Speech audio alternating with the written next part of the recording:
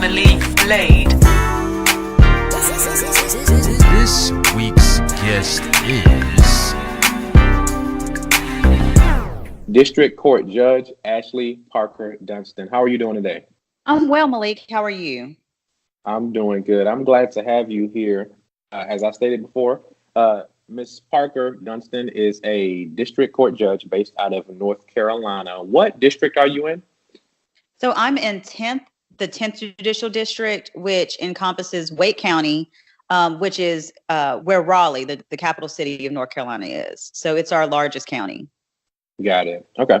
So I want to walk people through how you got to becoming a judge and what those responsibilities entail. I know for me, when I hear judge, and I'm being a common person, I think of judges on TV like Judge Judy, and then I think of the Supreme Court justices who are judges as well. And I know those are two completely different extremes. And then I believe somewhere in the middle you find a district court judge. So before giving us your journey to becoming a district court judge, could you explain the differences between the different types of judges and their function? Absolutely. So in North Carolina, a district court judge is an elected official for a 4-year term, and we handle all of the misdemeanor matters. So everything from a speeding ticket, traffic, all the way to a DWI, domestic violence, assaults, property crimes under $1,000, larcenies, those kind of things. We also handle all family matters, so ranging from child support to custody, divorces, all different ranges of things. So that's what we handle as district court judges. Superior court judges handle higher level felonies, murders, those are the jury trials that you see typically on TV, high profile cases. Those in North Carolina, those individuals are elected officials that serve 8-year terms when they're elected. When cases, for example, in district court where I am, if you don't like the results, you can appeal it. It would go to Superior Court. From Superior Court, if you don't like it, it will be appealed to the next level, which is the Court of Appeals. Those judges are also elected for 8-year terms. And that is a court of record. So you won't have a jury in there or anything like that. That is where you will see arguments being made, very similar to what you see on TV at the United States Supreme Court. You would have those type of arguments, and the record, or as you see court reporters and Superior Court transcribing and writing out what's happening, the Court of Appeals will read that and listen to arguments from attorneys if necessary to make their decision. And then if you don't like that decision, then it goes before the North Carolina Supreme Court, which is also individuals who have been elected for 8-year terms. And that's pretty much our court system. So how does one even get in the running to be elected as a district court judge? Well, you have to be an attorney. That's the first rule, and you have to be in good standing.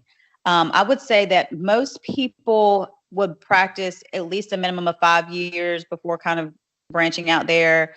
A majority of judges, I think you're right, are much older, have many, many years of experience before they would kind of put themselves out there. But that's pretty much it. I mean, you just need to be an attorney, licensed to practice law in North Carolina. And then you would run. Now, my journey was a little different because I was appointed by the governor. And there's several of us that's kind of the inroad in, but that's how I started. Okay. So we'll get back to that being appointed, but as far as getting your qualifications and necessary things in order to be considered or to meet the qualifications, were you already intentioning to become a judge, or did this kind of come about unexpected? Well, I would say that it kind of goes back to my journey, honestly. So when I went to law school, I knew I wanted to be a prosecutor. So what ended up happening is that I ended up at the Wake County DA's office. And at the time, I was the only African-American female out of 45 attorneys. There was also one other African-American male out of all of us. And I thought I was done. I mean, the prosecutor is the most powerful person in the courtroom. They can dismiss every single case and the judge will never see it. Well, once I got into that role, it really appeared to me, it was like God spoke to me and he said, Ashley, I know you think that this is where I want you, but look at the bench. And I was like, I see it, God, but what about it? And he was like, no, yes, you can make a big difference there. And at that point, I recognized that there was not an African American female district court judge in family court out of 19 judges in our capital of North Carolina. There was only one other African American female, and she was in family court. So I recognized that there was a need, that the courtroom looked like people that looked like me. We're sitting in the audience, but yet we're not represented on the bench. And so it was at that point back in 2012 that I found other mentors, other African American judges, and told them what I believed I had been called to do. And they literally took me under their wing. So fast forward 5 years, an opportunity came up where a judge had retired, and I put my name in the hat for that. So as far as schooling, what degrees are necessary? So I have, obviously a high school diploma, a 4-year college degree, and then there's 3 years of law school. And when you got into your first courtroom, was there anything that stood out to you? What were the first things that you noticed? I know you mentioned the bench, but in addition to that, you said as far as whenever I got into the courtroom, what did I yeah, notice? at the very beginning, like your first case. Oh yeah, well, I noticed, like you said, that mainly it was us in the courtroom, but I also noticed that there's a lot of people who are extremely afraid of the process and afraid of the courtroom, and I recognize that this is an extremely scary time for people, and for each individual that's in there. That situation to them is the most important thing going on in their life right then. And for a prosecutor or a judge or a defense attorney, sometimes we can miss that mark because we're just so used to it. It's so routine for us. It's our job. But to somebody coming into the courtroom for the very first time, it can be extremely intimidating. Right. Yeah, and you mentioned that fear. It's definitely something that I can identify with. I know that in the general sense, there are a lot of African Americans, Black people that are anti-establishment. So they don't see representation or consideration for us. So the perception is, I don't want to be a police officer. I don't want to be involved in the court system. I don't want to. There's just kind of an opposition to it because I guess a perception of bias. What would you say to those that kind of take a hands-off approach as it relates to those systems? Because you went in because you wanted to make a difference. But how would you respond to those African Americans who want to kind of stay hands-off as it comes to those systems? Well, first of all, I would say your assessments, I mean, you're absolutely correct. And I hear those arguments all the time. And I say to them, if you want to see the change, you need to be the change. If you want to ensure that officers are treating our little Black boys and little Black girls right, don't you think that you should have a Black officer in that position who could understand? If you realize that a prosecutor, as I stated earlier, can can have the discretion to dismiss a charge or move forward with a charge, don't you think that there should be somebody in that role that understands you, that can relate?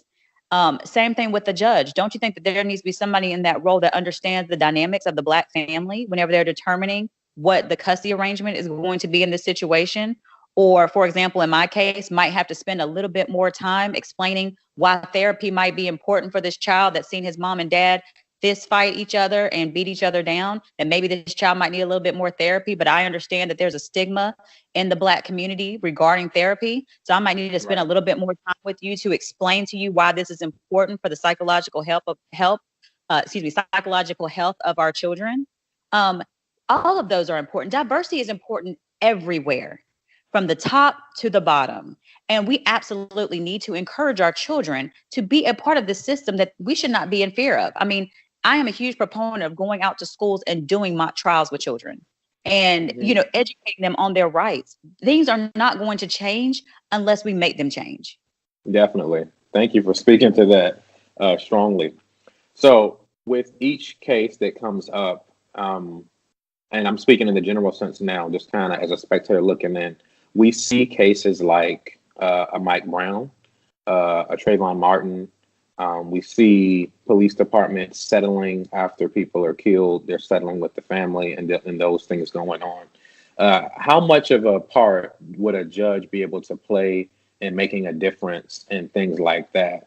Those are obviously more high profile cases, but it seems as if though, and once again, this is as an ignorant person looking in, it Mhm. seems as if though that you mentioned the word discretion.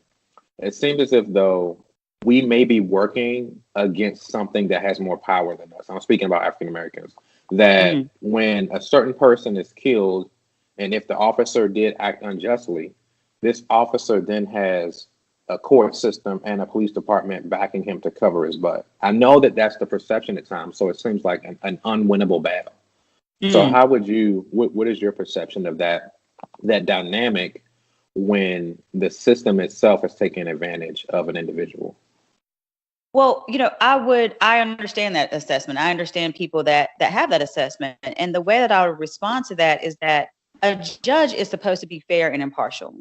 We Hmm. are not supposed to be the prosecutor's, guard or, or the defense attorneys. I mean, we are not for either side.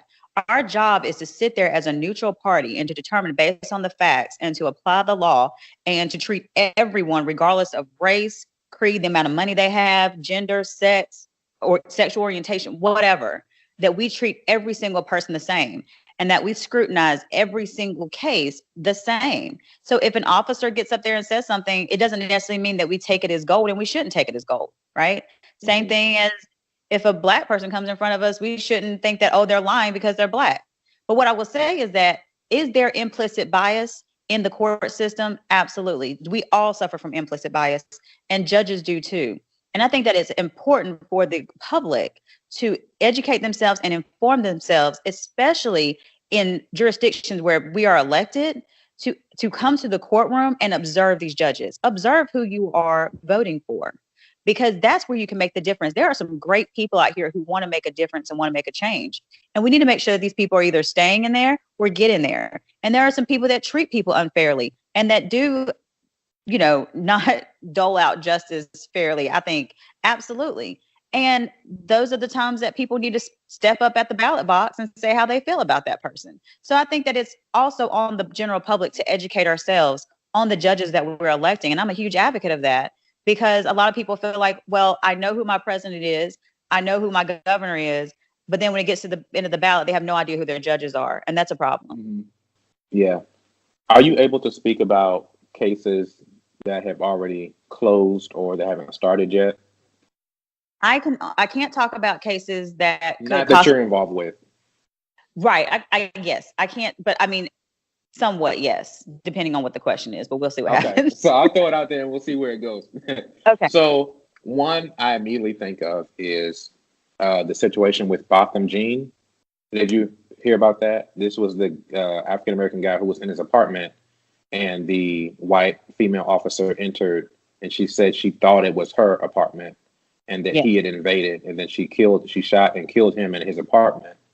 And I'm not sure where that has gone, but I already feel like personally that, okay, I think a story is being created to cover her, and now this guy's dead in his apartment, yet somehow it's his fault. Have you been able to follow that, and what is your assessment up until this point? Well, I think the hardest part about it is that I understand, your assessment, your thoughts on it. I think that's the sad part about it, right? Like, what trust do we have in the court system? And what is incumbent upon all of us in the court system to change those dynamics? And it's hard countrywide, right? But I think the biggest Hmm. thing is that we are, in a sense of, we are beholden to the media and what they want us to know. Yeah. We obviously never get all of the facts and every single side from the media. We just can't. And it's a lot of times that, even for here, I would see on the news something, right? And then when you read the police report and it gets into trial, it's completely different than whatever was said. And I mean, even as a prosecutor and even as a judge, there are times that the officer may say one thing, or a defendant may say one thing, and a video say the completely different, something completely different. So I don't know. I feel like a lot of times we really just kind of have to, we see what's in the media, we take it as a grain of salt until the actual court process takes place, because as judges, we are gatekeepers. And at that point, we can determine what evidence comes in based on the law. And I think we just kind of have to be patient and wait and see how that process goes out, and hope that it goes out right and fairly. Yeah. Have you been attuned to the case with Well, he's out now, but with the rapper Meek Mill. I've seen a little bit about it, but I haven't followed it extensively at all. Okay. So I'll pose it this way then. He is definitely, obviously, not your average person on the street that may get in a issue with police. He's high profile. He's a rapper. He's making a lot of money. And what we have been presented with is that the judge, who actually was an African American female, what's being presented is that the judge was biased against him, that she was asking him for favors outside of court, and all those different things came up. So he was in jail, but he had a lot of high profile people, including Jay-Z and entrepreneur Michael Rubin, behind him saying this is unjust. And now that I'm mentioning him, it makes me also think of the rapper 21 Savage, who was picked up by ICE, and they're saying that he is from the UK and actually isn't from here, so he could potentially get deported. But he recently got out on bond too. So it seems as if, though, when you have connections to high-profile people, if something unjust is being done to you, you kind of get justice quicker, or you get freedom quicker. What part do high-profile people outside of the court, how are they able to have an effect on proceedings for these individuals? Well, I would say what I believe is supposed to happen is that no one gets treated any differently. Doesn't matter how much money you have. You're not supposed to get treated any differently. And I can say also that it might seem like justice is a little bit more swift too, because it's in the media and we know about it. So we don't see the everyday you and me, going to court. Right. About it as much. So I think that kind of makes it feel like it might be more expedited, even though it might just be the general process in the area. And I can't speak to how they do it in their counties or in their states. But I would say that while it is supposed to be the fact that people are treated fairly, we can all agree that people with more money are able to bond out faster. They don't need bondsmen. There are a lot of very poor people, homeless people that are held in court or held in jail, unable to post their bond for a period of time. And it's awful. It's sad that our bond system is not really where it needs to be, as far as that being, I think, fairly handled. But I would say that as best that I can, I ensure that everybody is treated fairly, regardless of how much money they have, and the bond getting set, it should be fairly doled out based upon the crime, regardless of the person's race or their status of who they are. Are there any checks and balances for a judge who may be doing things that are unjust, or they may be in a very egregious way showing bias in their decision making? Are there any checks and balances for them? Absolutely. Well, first of all, you have other attorneys that will tell on you, and who they tell on you to is you're always under the scrutiny of your fellow colleagues. But also, if you are in family court or in superior court, you're on the record. So, everything you say is being recorded. And then we also have a standard called Judicial Standards Commission. And when there's a complaint filed, they investigate it, and they investigate every single complaint. And if it's something that needs to be heard or addressed, they will call you, and you'll have a hearing, and you need to account for that. And there are judges that have been censored, and there are judges that have been removed from the bench for different reasons. So we're held to an extremely high standard to ensure that we are, that we're doing what we need to do. And then I think also the voters will, figure out too, but what they want to do with you as far as at the ballot box. So there's definitely a lot of checks and balances, but I think the main thing is that even for me, I said, if I'm only a judge for 3 years, then so be it. What's the biggest difference that I can make in this position, and how can I use this position to let other little brown and black boys and girls know that they can do this too? And if I can only do it for 3 years, I'm going to maximize that. So you mentioned the terms, after the term is over, what if someone still wants to continue as a judge? Do you just move up to the next one, like superior, or where do you go? You would have to run for interested in that. Yeah, you would have to run for it. So you can keep. So your term is your term, but you can do it again. It's not Yeah, like you with can the run. president where once you've done 2 4-year terms, you can't do it again. No, you can go until age 72 and then you age out. But you You can age be, out. Okay. yeah, you age out. And then you can be a retired judge and come back as you're commissioned by the chief district court judge, meaning that they'll tell you we have a vacancy, we need you to come serve for a day or two. But at 72, you're out. Got it.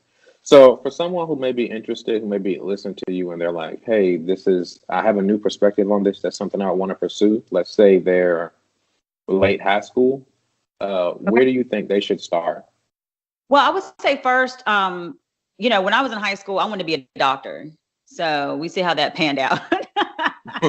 Right. Things change. Things change, right? So stay open. When you get to college, take everything you can. I mean, that is the best time to take different courses, different classes. Figure out what you like to do, because what you think you might like to do, you might actually hate. There's a lot of attorneys who went to law school, went through the whole process, passed the bar, and hate being practicing lawyers.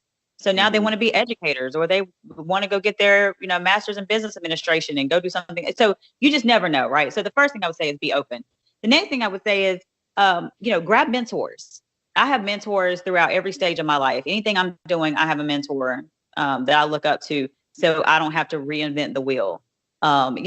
Pick their brain for job opportunities, what's happening next, what classes you should take. Do that. If you want to come and observe court, you can always do that on your own. You don't have to ask anybody. You don't have to get permission. The courts are public. It's the people's court. So, go and observe. See if that's something that you want to do. See if you can get an internship at a law firm, even if it's for free, just to get the experience and the opportunity. And then you can say, okay, yes, this is what I want to do. Apply to several different law schools. Apply to law schools in the state in which you want to practice, so that you can make connections, and then begin to network once you're in law school. And at that point, while you're networking, you're going to be looking for jobs and working on passing the bar exam. After you do that, continue to mentor, or to continue to seek mentors, continue to network, and just see where you land. So as a district court judge, who or what positions are your colleagues, and what positions are your superiors? Who's As far overseeing what you do? Like who's at your side? Who are your colleagues? And then what position oversees you? So essentially, we have a chief district court judge who assigns us, but is not technically our boss. We really don't have a boss. Our boss is the people, pretty much. Okay.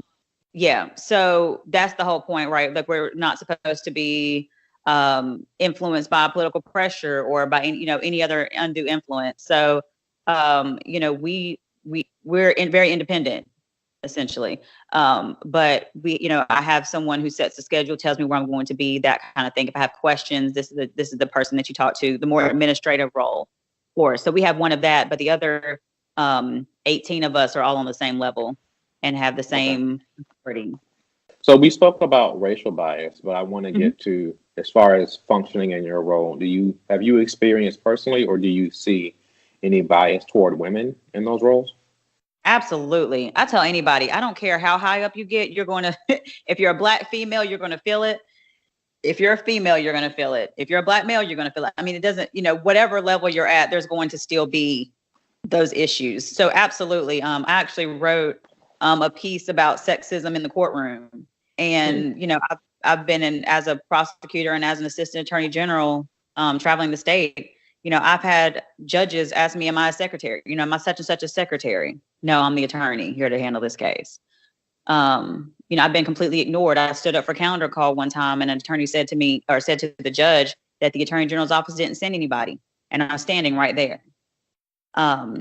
Black women have been asked, are they the defendant? Why are you crossing over the bar area, which is the area of the well, which is when you go into the courtroom, you see like the bar, the area, the divider, right? And if you're an attorney, you're able to come across that area. And they've been stopped by deputies and judges and saying, what are you doing? Where are you going? And they're like, I'm an attorney.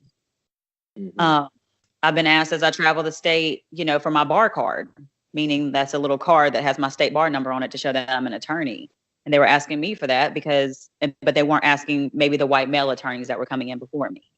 Yeah. So absolutely.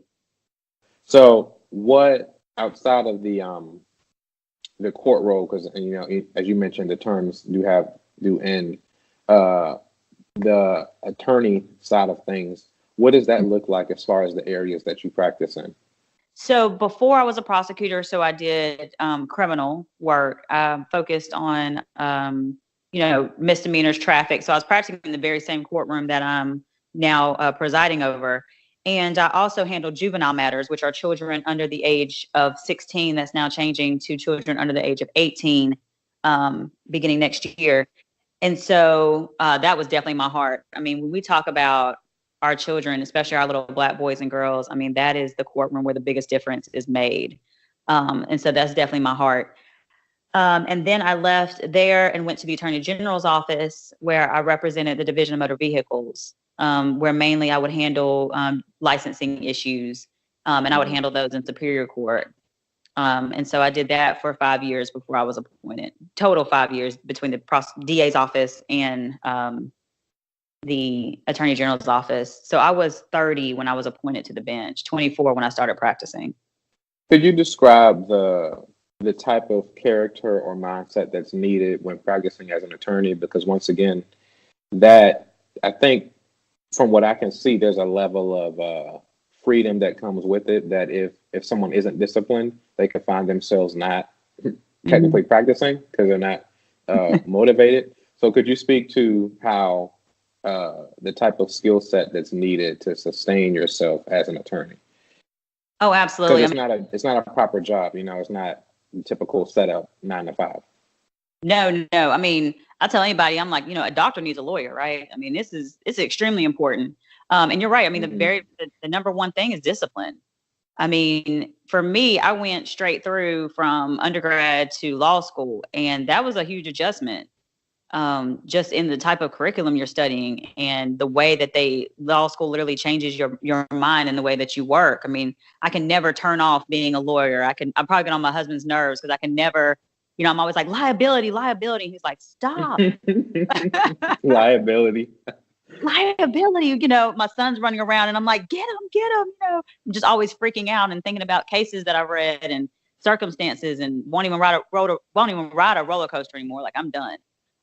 But ultimately, yeah, I think discipline is key. I think you need to be very strategic in the way that you move and the way that you maneuver.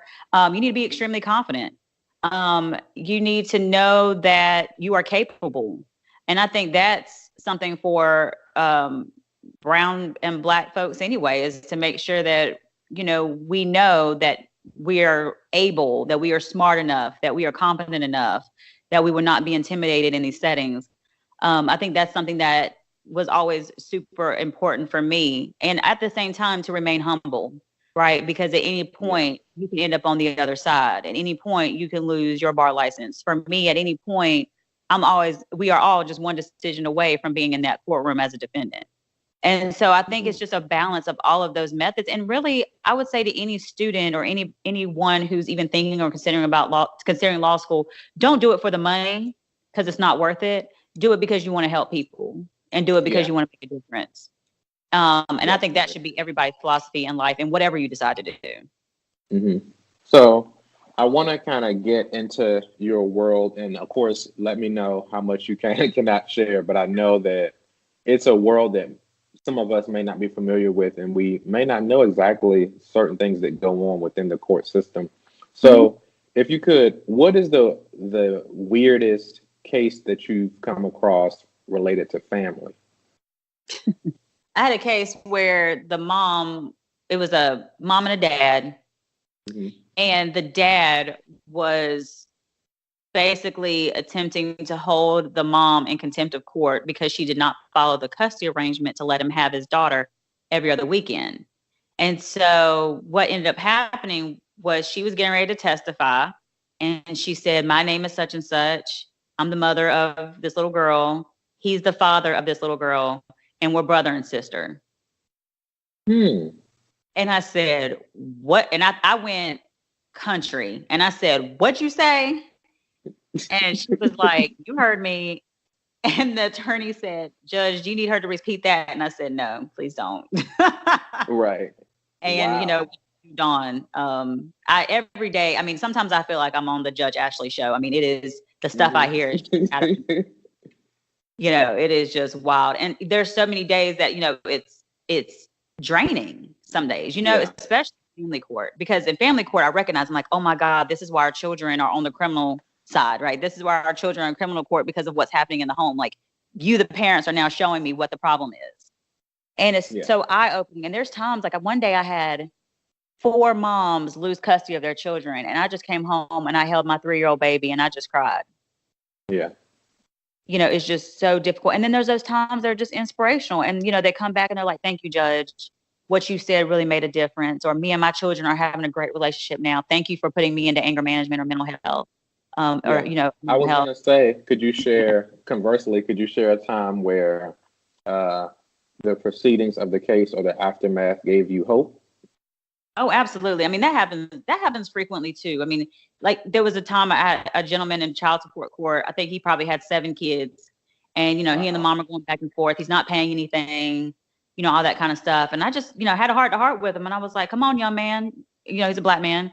And I was just like, come on. And we're probably the same age, I'm saying young man, I'm, 31. And he's looking at me like, okay, I didn't say young man to him, but I'm just like, come on, let's get it together. I try to talk to people on their level. Right. Mm-hmm. And I'm just like, come on, we need to do this together. Your children need you. Like, did you have your dad? He's like, no. I'm like, well, then why do you want your kids not have that?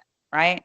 And so a couple months later, he comes back in, he's paying his child support. He's got a job now and he's starting to establish a relationship with his children. Mm-hmm. And I'm really big about our dads, especially our Black men, making sure that they understand their rights. I tell them in court, listen, you can go file for custody just as easily as she can. You have just as many rights as she can. Don't tell me you're not paying for this child that you don't see. The only reason you're not seeing this child is because you're choosing not to. Go do what you need to do as a dad and exercise your rights. Yeah, definitely. What are some common misunderstandings that people have concerning different laws? What are some common misunderstandings? A lot of times they feel like the mom is just going to sweep them. Like, the judge is just on the mom's side and I, as a dad, am not going to get any rights. And that's not true, especially not in North Carolina. A lot of times people come in already with disdain for the court. Well, as I'm just not going to get treated fairly. I'm a Black man. I'm a Black woman. Nobody's going to hear me. Nobody's going to listen. And a lot of times in those instances, I have to have those hard conversations with them and say, listen, I got in this job because I want to help people and I want to change that perception. So give me a chance to do that, right? And they'll say, you know what, thank you, Your Honor, you're right. I shouldn't have come in here with a bad attitude because the last judge I felt like didn't treat me right. I would say, in criminal court, same thing. People don't feel like they're going to be heard. People feel like public defenders aren't real lawyers or something. And those are some of the most competent and hardest working people who have a lot of cases who are in court the most. So people really kind of mistreat them. And I don't think that's right, especially considering these are people who have the same law degree as everyone else and are choosing to take a lower salary to help people. Another misconception is that prosecutors are just out to get people, are just unfair. I think, just this whole perception of that prosecutors are just bad and evil for Black people. Once again, a misconception. There were several times I've had to tell an officer, I think you pulled this man over for driving while Black, and I'm dismissing this case. And if you have a problem, go tell your supervisor because I'm going to go ahead and tell mine now. And I had to do that, right? And I told, told an officer, look, you're a liability to the police department. This is the problem. But at the same time, also said, thank you for what you're doing. Thank you for not arresting this young man, or thank you for arresting this person so that way they didn't, drive drunk and further kill somebody or themselves. You've got good judges, you got bad judges, you've got good officers, you got bad officers, you got good people, you've got bad people. It's all across the board. But my perspective on it is that treat everyone as an individual as they come before you. Don't come in with these preconceived misconceptions. So are you saying it's more of a toss-up where, let's just say there is bias with an officer, for that to continue to affect the person, it would just have to be a coincidence that they also end up with the biased judge. But you have no idea. An officer could be doing something unjust, but then the person gets passed on to a judge who sees some foul play, and it might get handled accordingly. So it's really just a matter of you don't know who you can get. It's almost like a lottery. It is every day I'm seeing totally different people. So every day I see probably, it depends on what courtroom. One courtroom I can see upwards of 400 people in one day. So absolutely, and we're not assigned the same. Well, in family court, if you're a family court judge, you're assigned in North Carolina, you're assigned the same judge. But for me, because I float so much and I'm in so many different courtrooms, I don't typically have cases that follow with me. So I would not know what happened on the previous day. You just happen to end up, I just happen to be in this courtroom, and you happen to end up in this courtroom because it's the officer's court date. That's just kind of how it is in this, in the way that we kind of do things. I think you've alluded to this before, but just to be clear about your answer, it's a two-part question. Is there bias within the judicial system? And if so, what do we do to fix it? So, yes, I think that we all have implicit biases, meaning that if you took the Duke test, you would see that you probably like either skinny people over bigger people, or bigger people over skinnier people, or people with African American features you like more, don't like more, right? If we took the test, all of us would have it. The thing that I think needs to happen first is that people need to recognize what their implicit biases are, because I believe that if you can first recognize it, then you can address it. And because if you sit here and say, I'm not racist, I don't have any biases, I treat everybody the same. That's not true. Okay. It's, you want to try to, but you may not, and you may not intentionally do that. So what you should try to do is first educate yourself on what they are, try to figure out what it is. And then once you know what it is, you can correct for it. Right. So if you see yourself kind of going over this way a little bit because she's an attractive young lady that's in front of you, and then there might not be an as attractive young lady in front of you, and you realize that you're all smiley with her and not with, you need to balance that out. Right. And I think another way that you can handle it is, I am an individual who I love for the attorneys to tell me what I'm doing wrong. Right. And say, Ashley, your face looked a little off when you were talking to them, or your tone was a bit off. Maybe you didn't mean for it to, but I think we all need that calibration. And I'm the type of judge that says I want to receive constructive criticism because I want to get better. And I think that's just how it needs to play out. If you treat someone differently, somebody needs to call you out on it so that you can navigate that and fix it. Definitely. So in addressing implicit bias, I've heard it said before as blind spots. And I think this happened on social media. And I think I was talking about dealing with your blind spots. And someone responded to me and said, how can I deal with my blind spots if they're blind spots? And I was like, that's an interesting, what? But I was like, what are you talking about? But I get what he was saying, in that if it's a blind spot, then obviously you don't see, so it's not there. But I think, as you mentioned, mentors and community can help bring those to your attention. And then moving forward, when it's brought to your attention, it's not immediately fixed. So it's still a blind spot. It's just that now you're aware of it. And so I think that dichotomy that you presented is helpful in people understanding being aware of the blind spot is the first step in dealing with the blind spot. Absolutely. And think about a blind spot in your rearview mirror. What do? You turn around and you look at it. It's not blind anymore. Right? Look at it.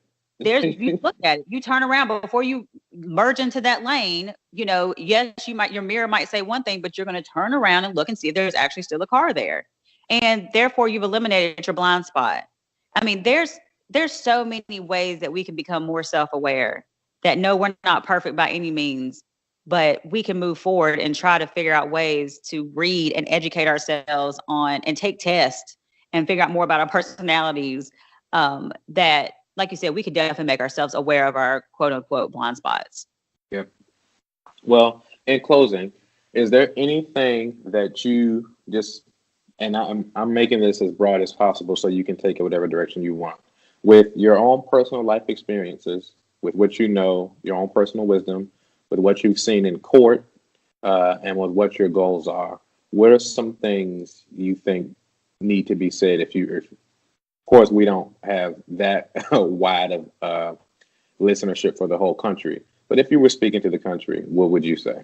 I mean, I would say from my own perspective, I grew up in a very small town that was extremely racist. And as a Black female, I felt like I was all alone and the only one in a lot of aspects. And I was shut down a lot. I was told no, I was rejected.